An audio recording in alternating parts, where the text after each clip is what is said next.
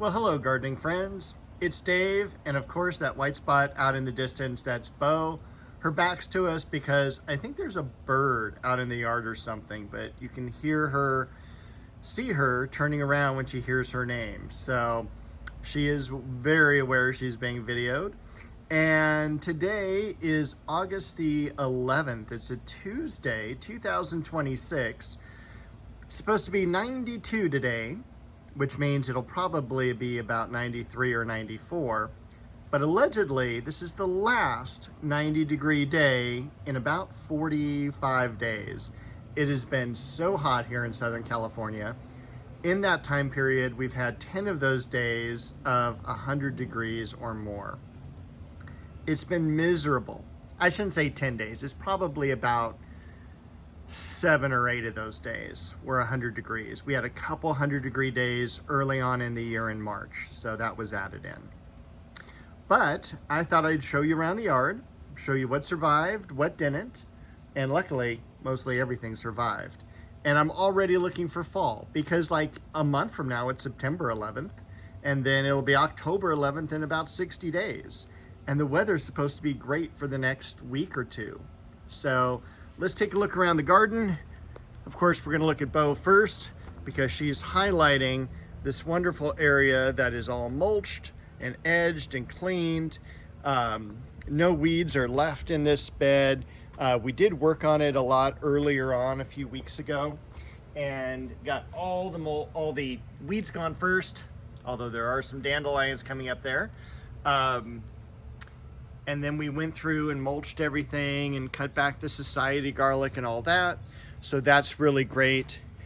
Also, the wonderful Magnolia Solangiana, not Elizabeth. This is Alexandria. I can't wait till it blooms. Can't wait till the leaves fall off because then you get to see the entire yard from the patio. So let's cruise around over here. I want to show you the front yard a little bit too because I've been doing some work there as well. The Angelonia blooming still. It's been such a great plant, and these look like a lot of these are new bloom spikes. So we've got a lot of buds still yet to go. Bo wants to highlight her catnip because she loves the catnip here. We've got the double flowering pink mandevilla that was planted here about 6 weeks ago. The beautiful daylily that opened up today to showcase it for our video.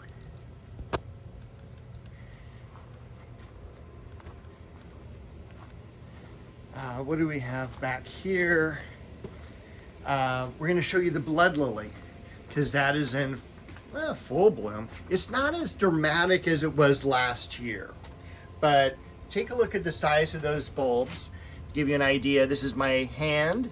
So it's about the size of a closed hand or maybe a softball. I mean, that's how big these bulbs are. Related to the paintbrush lily, Hemianthus, and you can already see the gigantic leaves beginning to come out. Leaves, if you haven't seen any of my videos before, they're about 3 feet in length and about 1 foot wide.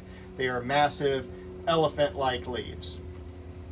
Other than that, let's see what we've got besides Bo here. Oops, sorry, Bo. We've got some wandering Jew back here. This is going to be planted back in the back corner of the yard. I'll show you that in just a moment. The dwarf mondo, that's also going to go back in the back corner. This is a really cool plant. This is a rhodium, and it's great for rock gardens and places like that, but I haven't had an area that I could put this in yet. But it's one of those, Bo just hit the camera, one of those plants that I can't let anything else, climb onto it, otherwise it'll destroy it, like the ajuga here. So we're gonna actually move this out a little bit so that it doesn't get covered up by the ajuga. This is the regular Hemianthus here. Bo going crazy. knocking into all the plants, saying, follow me, follow me. The Asakazuki, Japanese maple. The Little Joe looks like it got burned pretty bad in the heat waves that we've had. This is Geisha Gone Wild. You can still see a little variegation along the edges. The Satsuki azaleas, I'm going to try to plant those in the next week or two because that's going to be still protected underneath some shade cloth. All right. Bo's highlighting the pineapple guava that we've got here. Chamaecyparis nana. The geranium, surprisingly, not really in bloom. Bloom here, bloom there, but that's about it. The Shasta's definitely done for the season. That is Japanese maple orange dream. The geraniums have held up. They're probably the best things for this hot weather we've had.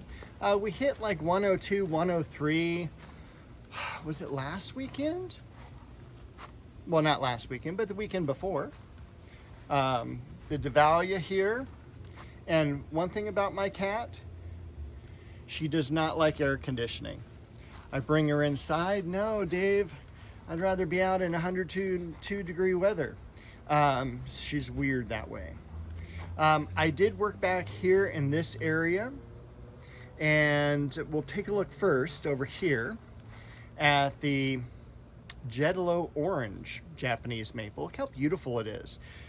I got this from Upland Nursery, and there's a little lizard there running around the rocks. And it was so funny because like I took a picture of it about a year ago, I took a picture of it 6 months ago, and then I went ahead and bought it and put this in, and this has been here now for probably since January, February. So, and again, the 6 months and a year prior to that, I had taken pictures. So when I knew it was just like so cool and so interesting looking with the branching, I was like, man, I gotta take this home with me. Unfortunately for the Japanese maple, it meant a hotter climate compared to down in Orange County, but this is really one of my favorite things I got this year. Over here, the Carex and my shadow. So we've got the Carex here. This is Feather Falls.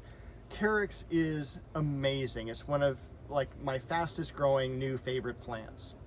And I went ahead and cut back. You can see how wild that is. As I was going through the beds here, I went ahead and cut this one back. It will regrow, not a problem.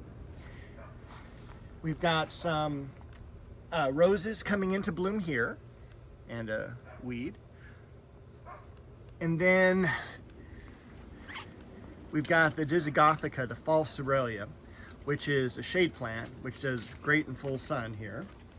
And then I actually got that from a from a 1 gallon container. It's about 8 feet tall. Got it in a 1 gallon container from Cavina Garden Center. This is the Chiananthus tree, the Chinese fringe tree. I think it's Chiananthus retusus.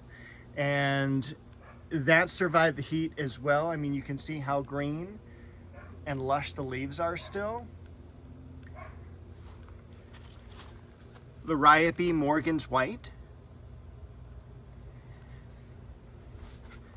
Japanese maple Bloodgood and Bloodgood.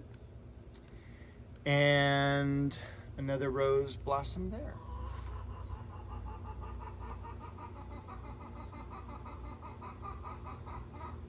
I don't know what that was. That's some type of bird, hopefully. Back here, you can see a lot of the weeds are flattened. I did not do this. This was from raccoons. So had some raccoons in the yard last night. Maybe they're helping me garden. They kind of are. But luckily, Bo stays inside at night. But I'll tell you, I saw a couple last night, and those things are big and scary. So you'll see occasionally the shade cloth here. I got this at Home Depot. I think it was about $25, $35 for the roll. And I was able to cut it up into 3 pieces to cover up the plants. So We're gonna cruise back here. This is, by the way, Magnolia Solangiana Elizabeth, both of those. In fact, one showing a little color, a little off bloom there. This is more of a creamy yellow flower. Speaking of yellow flowers, Plumeria is still in bloom. All right, but we're gonna go to the rose garden. Vegetable-wise, got a cantaloupe there. Most of all the other veggies, I pulled out about 1/3 of them. Most of them are beginning to wither away. I got some yellow lemon boy tomatoes there. Looks like another Beefmaster tomato, but this summer really hit this area hard. And so much for the great garden experiment, vegetable experiment. We'll come back here because once again, Japanese maple Bronze Age, have not covered this the entire season. This is a newly planted plant. I got it from Mr. Maple, who owned Buchholz Nurseries. This is a Buchholz Nursery introduction. And this is just done terrific. I mean, look at the branching on that, the color, it's just beautiful. And again, I planted that in February, so this is its first year. Also, the berberis next to it, transplanted that around the same time. Dahlia coming up. We might get some blooms before the cold weather. Please, hopefully we'll get some cold weather. The Westringia back here, I've got some off blooms on the Anna apple. The Anna apple this year, we'll take a look at it from the other side, has done just amazing in terms of its shape and foliage this year. So really happy with that. Not happy with the parrots that eat my apples, but that's okay. I need to get in here. That is kind of like the next project to come through. Probably be blinded by the sun here, but this is the almond bush. Look at how many blossoms are on the almond bush right now. So I'm gonna layer this up a little bit, just so it's a little bit more tree form, but it is finally doing a little bit of growing. The sweet pea shrub, always in bloom. The incredible multi-grafted plum tree. I mean, that is now 8 feet tall, 9 feet tall. So that's growing really well. I normally would top these. It's growing so well, I'm not messing with it. So I'm just leaving it as it is. We can definitely see some damage here from the 102-degree weather on the cherry tree, but that's okay. It'll come back. The Pittosporum beach ball, remember that got sunburned during a heat wave when I just pruned it and exposed all that new foliage. But this has taken the heat really, really well. The same with like the mirror plant. You know, in the nurseries, we always used to put the mirror plant in the shade. It's pretty sun tolerant as long as it's growing fully in the sun, that it hasn't been shifted from shade to sun. So always be careful about that. Also, if you're buying plants from nurseries this time of year and you're taking plants out of the shade or lath and putting them out in sun during the summer, they will sunburn even though they are sun tolerant. This is the flowering apricot. We've got the Indian summer under the teepee. That's what I actually used to put the shade cloth, keep it off of the plant. It is a first year and it is more sun exposed here, so that's why that's there. Also, if you've never had an incredibly fragrant jasmine, this is Sambac jasmine. Grand Duke is the variety, and it is amazing. From me to the flower is about 2 feet. I can't smell anything from here. You have to be right up to the flower, and when you're right up to it, it is an overpowering jasmine scent. It is just so amazing, and overpowering in a good way. It's not like, oh, I'm gonna get sick. It is literally you can't smell it until you're at the flower, but it is so cool. And look at all those petals. I mean, it's so amazing.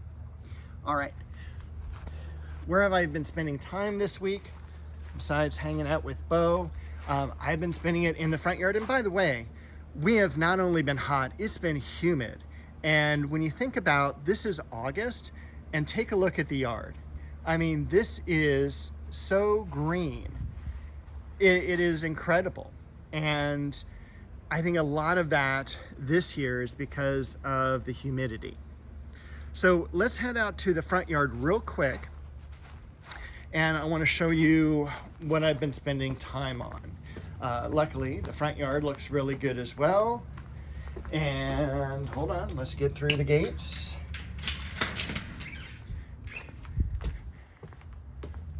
So you saw me a couple weeks ago cutting back the giant Cape honeysuckle. I had a comment that it's just like, man, you need to prune this even further and it's still gonna come back 20 feet. Absolutely, this is a beast of a plant. It is probably one, if I got a new home, I probably would not plant. That hopefully maybe one of my neighbors a block away would have it so I could enjoy it. It is, I mean, it gets woody. It is a great plant for hummingbirds. So if you like hummingbirds, this has a great orange-red flower on it that hummingbirds just like zoom after. But as far as planting goes, it is a beast of a plant. You can see I've been doing edging along the driveway. That's been sorely needed. Some of the roses here out of bloom now, got the weeds out of this section. Had pruned the ligustrum a few weeks ago, probably a few months ago now. So that's in check. I need to work on this area here of the old David Austin roses.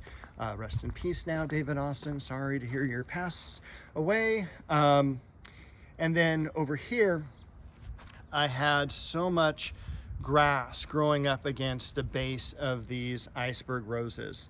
So about, you wouldn't believe it, but it was about one trash can full, one of those trash cans, full of debris, of dead flowers and grass from around the edge of the well, and that's growing up through the plant. It was just totally disgusting, and I hadn't had time to go through and clean up, but now it is. So I'm going to finish edging there in the next week or two. Front yard looking beautiful, nice and green. I'm going to cut back the ficus tree there next, and the camellia to the right, the stephanotis to the left. We've got some Schefflera there, and also pink Indian hawthorn. This is Pinky. It's a dwarf variety, but this is a really, really old plant. So, I mean, it's probably been around 25, 30 years. So that's why it's gotten to be this large. So I think that is it. I'm also gonna put some, I think some geraniums along the edge of the planter there. And okay, I think that is it. Thanks for joining me, everyone. Happy gardening, and we'll see you next week.